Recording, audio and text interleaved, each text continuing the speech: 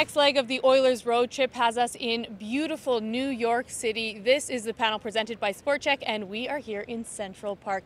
Guys, Oilers already played 2 regular season games, not off to the start that they were hoping for.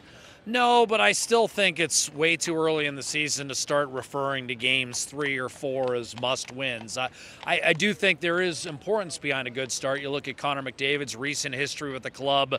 His rookie year, they went 0-4, missed the playoffs. His second year, they went 7-1, made the playoffs. And last year, the Oilers, after a season-opening victory, lost 4 in a row and never really seemed to recover. So I do think there's some urgency. But for me, there's a difference between urgency and the team not playing well and urgency and signs that the team is finding it. And quite frankly, I thought Thursday night in Boston, Edmonton perhaps deserved a better result. There were a couple of bounces that certainly didn't go Ryan Nugent-Hopkins' way. He had a hard luck type of night. And the Oilers also, didn't get a bounce or two. One goal went in off of Drake Caggiula, and another could have been called a penalty in the neutral zone, led directly to an odd man rush and a Boston goal. So I think the game is coming, but certainly there is some urgency to get a couple wins in the win column because, Jess, this is a tough start for Edmonton with 8 of its first 9 games against playoff teams from a year ago. Yeah, well, New York's obviously the Rangers, the one team that didn't make the playoffs. I mean, 2 entirely different games so far for Edmonton, Jess, and obviously against New Jersey, the Oilers got drilled. I mean, the Devils were just infinitely better. Against Boston, I think Boston was probably marginally the better hockey team in the balance of that game, but I think the Oilers did some good things, and they certainly competed and had a better showing. They're going to need to elevate against the Rangers on Saturday afternoon, and they're also going to have to find a way to generate some offense from somebody other than Connor McDavid's line. That's been a challenge so far.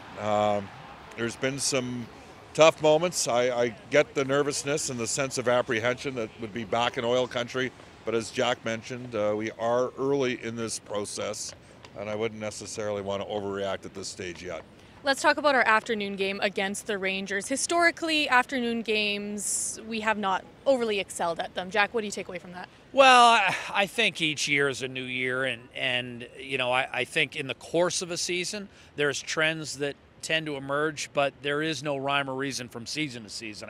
I think, you look at Connor McDavid's 3 years, and that's a perfect kind of a seesaw type of situation. So I'm not so much worried about Edmonton's record in day games as I am the fact that the Rangers are getting some big saves from Henrik Lundqvist right now. They're not necessarily going to be a playoff contender this year in the Eastern Conference.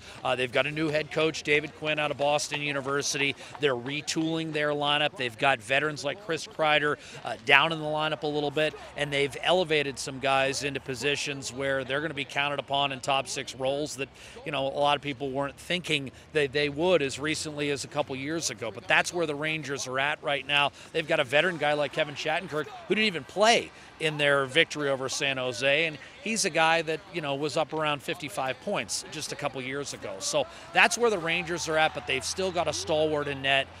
They'll still bring some energy to the game on Saturday. That you can be sure. They're coming off kind of a come-from-behind win over San Jose. So they're going to be energized, and Edmonton's going to have to match that. And I thought, Bob, that was an area of real improvement in Boston where the Oilers kind of matched the Bruins' physicality and ability to get in on the forecheck. Yeah, well, I mean, I would say they got to do more than just match the energy level of the Rangers. I think they got to surpass it. And if there was one complaint of what we've seen through the first 2 games, it is that there hasn't been a ton of juice and a ton of life with the group.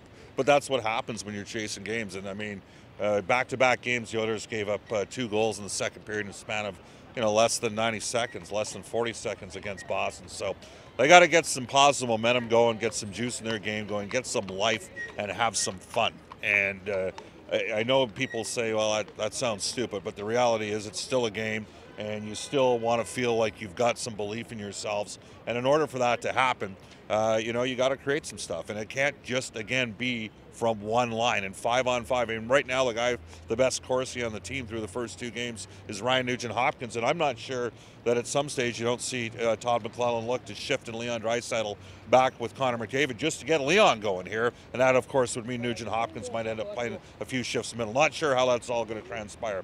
But they got to get some life, and they got to get going. And it's got to start right away here because this can't continue. Jess, I do appreciate, however, how well you've blended into the New York atmosphere. Dressed in Yankee pinstripes. Well done. Well done. Oh, thank you so much. Thank you so much. Bob, Jack, thank you so much.